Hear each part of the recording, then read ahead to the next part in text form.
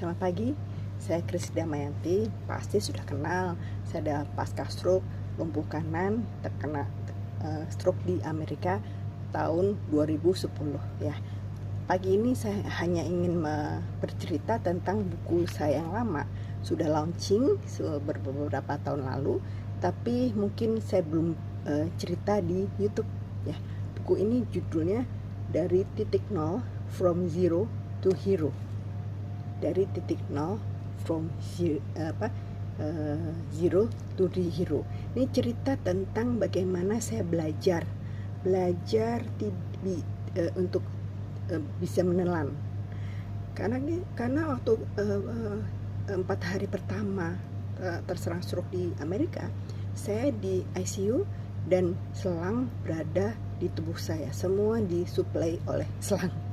Jadi hari kedua saya dikasih air putih ya, pakai sendok masuk ke mulut.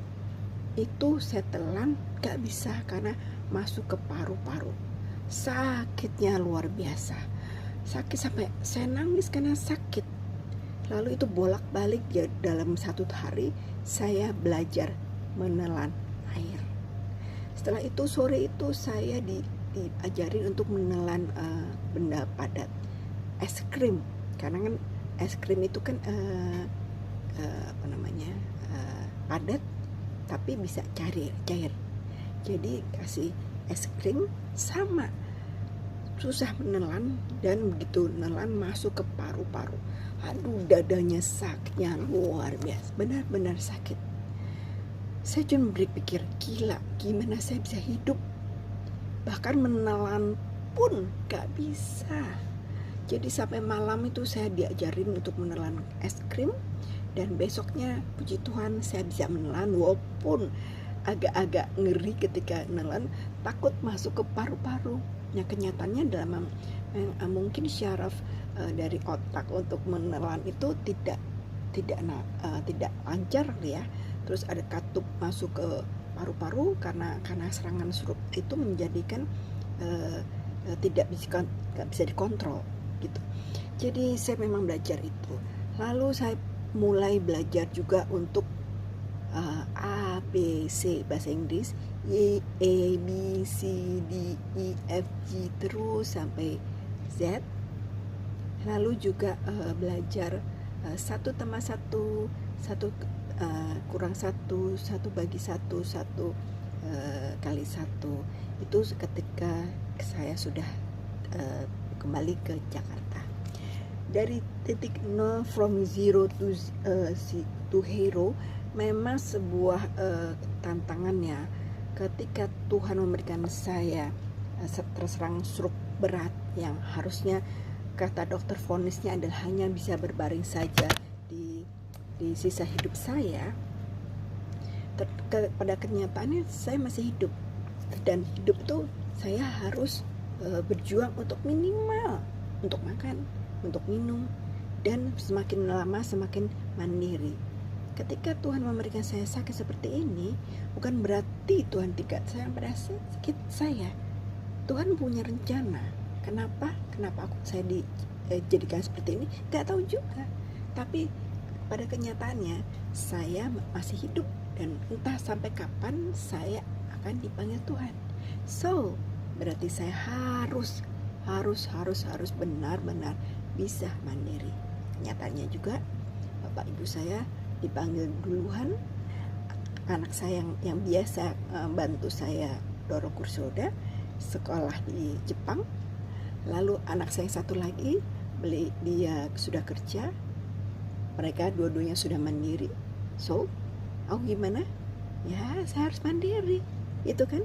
Sekarang ini saya tetap belajar dengan keadaan saya yang lumpuh sebelah kanan, separuh tubuh ini. Saya tetap belajar. Setiap saat ada aja pelajaran dan kebutuhan yang lebih. Saya harus kerja. Ternyata supir saya meninggal, berarti saya harus cari taksol. Lalu dari itu saya kerja sudah bukan hanya di kantor, tapi di luar sana, ada pelayanan, itu kebutuhan saya semakin banyak dan kemandirian saya pun dituntut semakin banyak.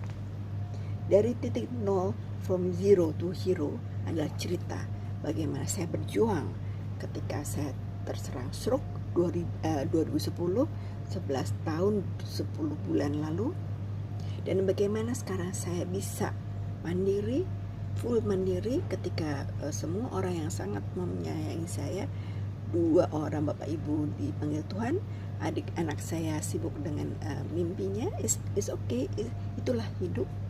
Tapi saya tetap belajar untuk lebih lagi untuk bisa mandiri, karena kita nggak tahu Tuhan mau panggil saya kapan, tapi saya tetap harus bisa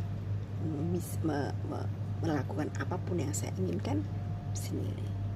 Jadi buku ini sebuah tantangan dan perjuangan dari Kristi Damayanti yang mungkin bisa menjadi inspirasi bagi teman-teman, terutama pasca stroke yang dulunya bisa semuanya, tetapi sekarang menjadi seperti ini. Tetapi jangan takut, bahwa kita tetap bisa ketika kita percaya bahwa Tuhan berada selalu di sisi kita untuk menolong kita. Terima kasih, selamat pagi. Tuhan Yesus memberkati. Salam. Ya, ini buku saya sudah terbit kira-kira tahun, saya lupa ya, mungkin 2016 ya. Oh ya, 2016, dari titik nol, from zero to hero, memahami stroke dan menyikapinya sesuai pengalaman dan kesaksianku sebagai insan pasca stroke.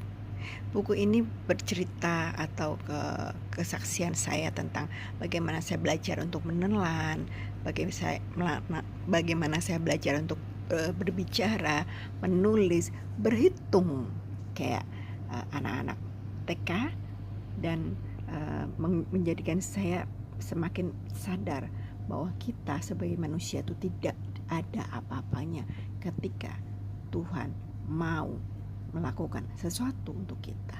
Jadi percayalah, ketika kita seperti ini, saya yakin dan percaya bahwa Tuhan selalu ada di sisi kita, asal kita benar-benar peka dan membuka hati kita untuk kasih Tuhan.